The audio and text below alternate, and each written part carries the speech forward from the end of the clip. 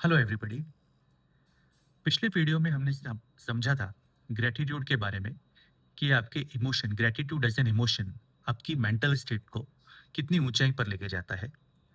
हमने ये समझ लिया था कि ग्रेटिट्यूड हम किस किस चीज के लिए व्यक्त कर सकते हैं, कैसे कर सकते हैं। आज हम यहाँ पे जान लेते हैं ग्रेटिट्यूड के एक लॉ या एक रूल के बारे में। तो ग्रेटिट्यूड एज अ लॉ ये कहता है कि अगर आपके पास जो कुछ भी है, अगर आप उसको लेकर ग्रेटफुल हैं तो आपको और दिया जाएगा। और अगर आप उसको लेकर क्रिप करते हैं, कंप्लेंट करते रहते हैं, तो जो आपके पास है, वो भी आपसे ले लिया जाएगा। इसको आप एक छोटी-सी चीज़ से समझिए कि अगर आपके पास जो कुछ भी है, उसको लेकर हम सब बार-बार कंप्लेंट करते रहते हैं, तो उस यूनिवर्स में, उस भगवान के पास ये मैसेज जाता है कि शायद आपके पास जो कुछ है, वो आपको अच्छा नहीं लग रहा है और इसीलिए इसको ये ना देकर कुछ और दिया जाए, लेकिन इसके पास जो है, उससे वो ले लिया जाए। तो हमारे पास जो कुछ भी है, उसके बारे में हम कभी भी कंप्लेंट ना करें और उसको हमेशा उसकी चीज़ को लेकर ग्रैटिट्यूड करते रहें।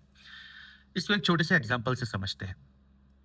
एक परिवार था, एक छोटी-सी कहानी है। एक परिवार है, उसमें माता-पिता जी हैं, एक बड़ा भाई है, उसकी पत्नी है, एक छोटा भाई भी है जिसकी शादी के लिए वे लोग लड़कियाँ देख रहे हैं। अभी अरेंज मैरेजेज़ की में आप लोग जानते हैं कि जब हम अरेंज मैरिज की बात करते हैं तो दोनों परिवार एक-दूसरे के बारे में जानकारी इकट्ठा करते हैं बाहर के लोगों से कि कैसा परिवार है, कैसे लोग हैं। अपनी बेटी इसके यहाँ देने से पहले उसके बारे में थोड़ी जानकारी ली जाती है। अब मान लीजिए जो लड़की वाले हैं, उनको अगर इस तरीके की जानकारी मिलती है कि इनकी जो बड़ी बहू है, बड़ी बेटी की पत्नी, उसको बिल्कुल भी अच्छे तरीके से नहीं रखा जाता। उसके साथ मारपीट होती है, उसकी बातों का कोई वैल्यू नहीं है। मतलब इस तरीके से प्रॉपर इल ट्रीटमेंट है उसकी बड़ी बहू को। तो क्या होगा? लड़के वाले क्या सोचेंगे कि अगर बड़ी बहू को इस तरीके का ट्रीटमेंट दिया जा रहा है, तो हम अपनी बेटी इनके यहाँ क्यों दें? किस वजह से दें? कहीं मेरी बेटी के साथ भी इस तरीके से व्यवहार हुआ तो?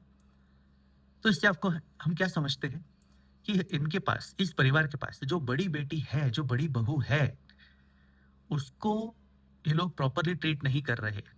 तो किस वजह से छोटी बहू उनके परिवार में आए?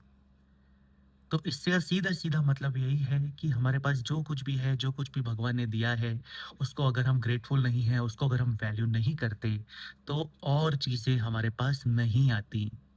बजाय इसके कि जो है, वो भी चला जाता है। तो ये ग्रैटिट्यूड का एक बहुत इम्पोर्टेंट या आपका एक बहुत रूथलेस लॉ है, जो हमेशा हमको ध्यान में रखना चाहिए। Thank you.